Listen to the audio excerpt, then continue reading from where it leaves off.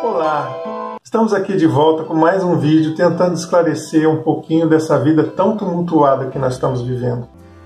Maura manda a seguinte pergunta: perdi minha mãe recentemente de Covid, estou muito deprimida, com raiva de tudo. O que posso fazer?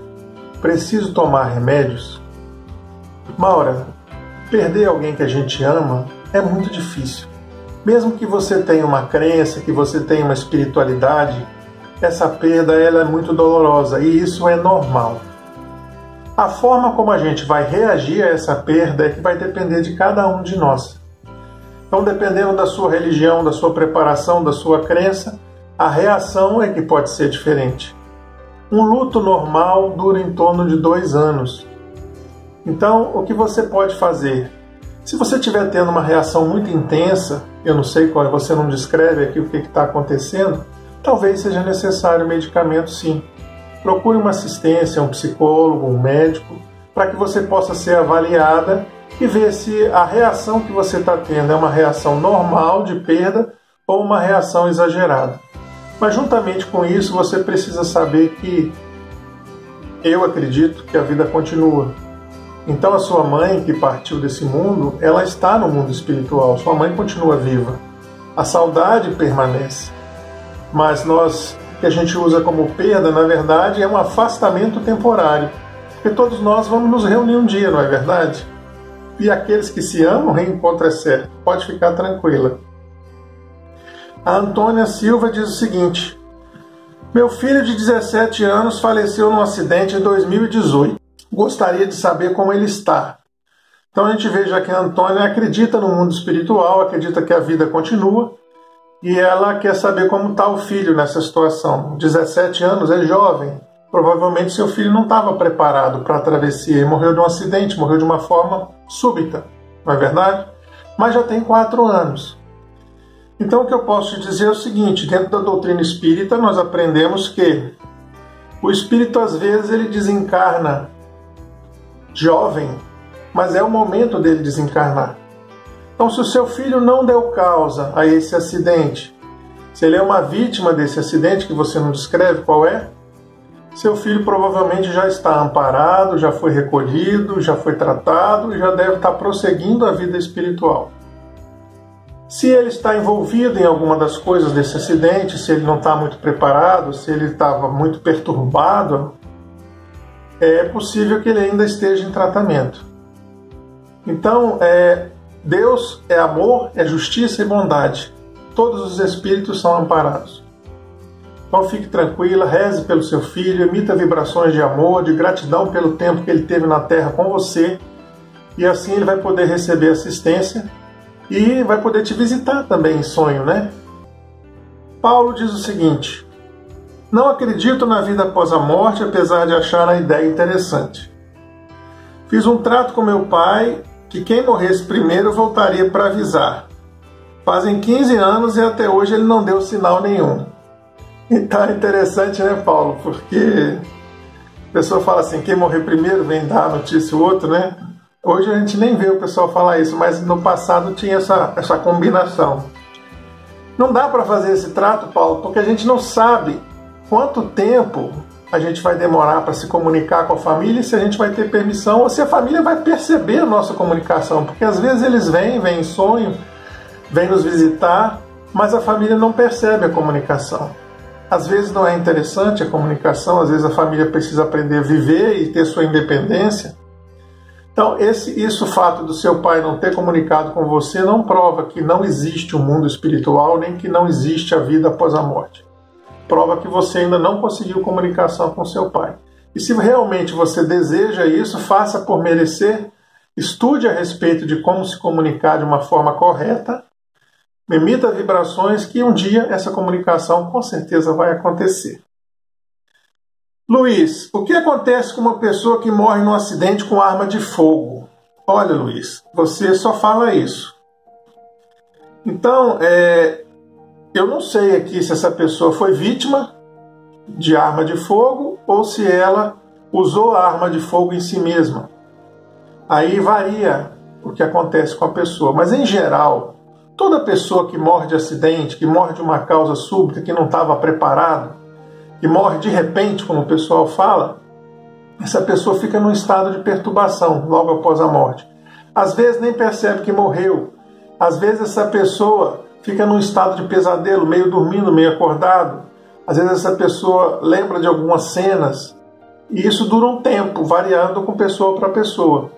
O que você pode fazer é fazer orações por essa pessoa, fazer vibrações positivas, vibrações de amor, de gratidão, porque quando a gente reza por uma pessoa, quando a gente ora por uma pessoa, a gente está emitindo uma energia curativa. Então essa pessoa se acalma onde ela estiver e consegue perceber a situação dela e prosseguir no mundo espiritual, que é o trajeto de todos nós. A gente tem um tempo na Terra e um tempo no mundo espiritual. Delmira: queria saber se morrer dói.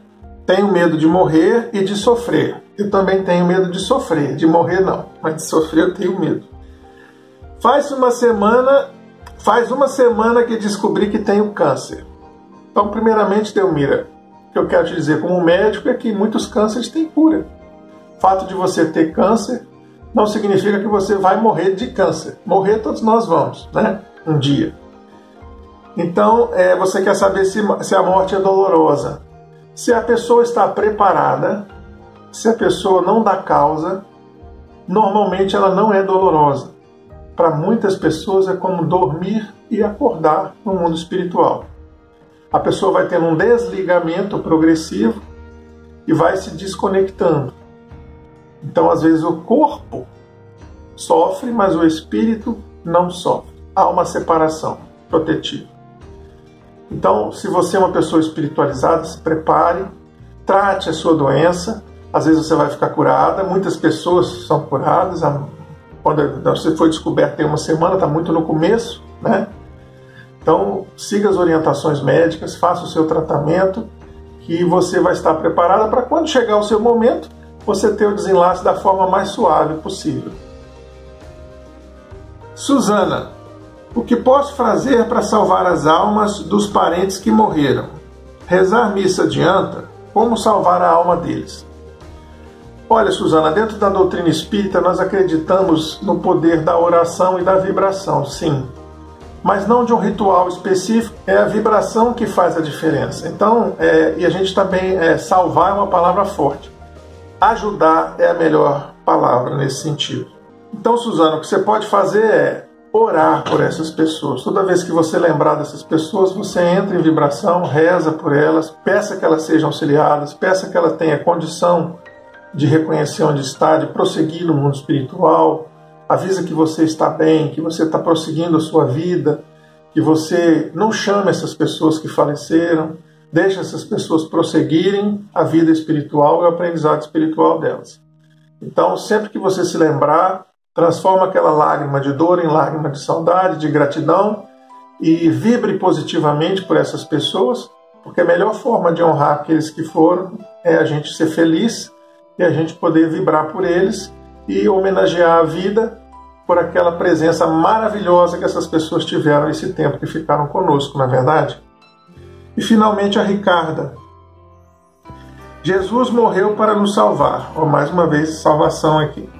Basta crer no Senhor Jesus para ser salvo. Se a pessoa aceitar Jesus na hora da morte, vai para o céu. Ricarda, para nós espíritas, nós temos vários planos espirituais, vários locais, várias dimensões, se é que assim eu posso dizer. Então, quando a gente falece, quando a gente morre, quando a gente desencarna, a gente vai para a vibração que é a nossa energia. A nossa energia dá acesso a determinado plano espiritual, então a gente vai para esse plano espiritual. Não quer dizer que nós vamos ficar lá para sempre.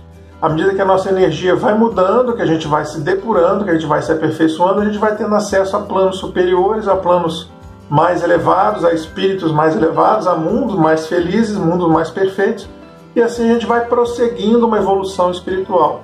É isso que nós acreditamos, que a vida na Terra é um tempo que a gente passa aqui, que é um ensinamento, e a gente vai levando essas experiências e vai tendo acesso e se aperfeiçoando, né? Um dia todos nós seremos anjos, existe uma frase assim. Então a gente vai se tornando, né? E Jesus disse que a gente pode até fazer mais do que Ele. Então a gente vai se tornando espíritos mais perfeitos, mais bondosos, mais generosos, vai tendo acesso a vários céus, se é que a gente pode usar assim essa palavra. Então, meus amigos, eu queria desejar a vocês paciência, equilíbrio, amor, persistência, oração, esperança, porque é um momento difícil e todos aqueles que perderam seus entes queridos, mandem as perguntas para cá que na medida do possível nós vamos respondendo, tentando ajudar vocês a atravessar esse momento de dor da melhor forma possível. Fiquem com Deus, com Jesus e vamos para frente, não é verdade? Obrigado.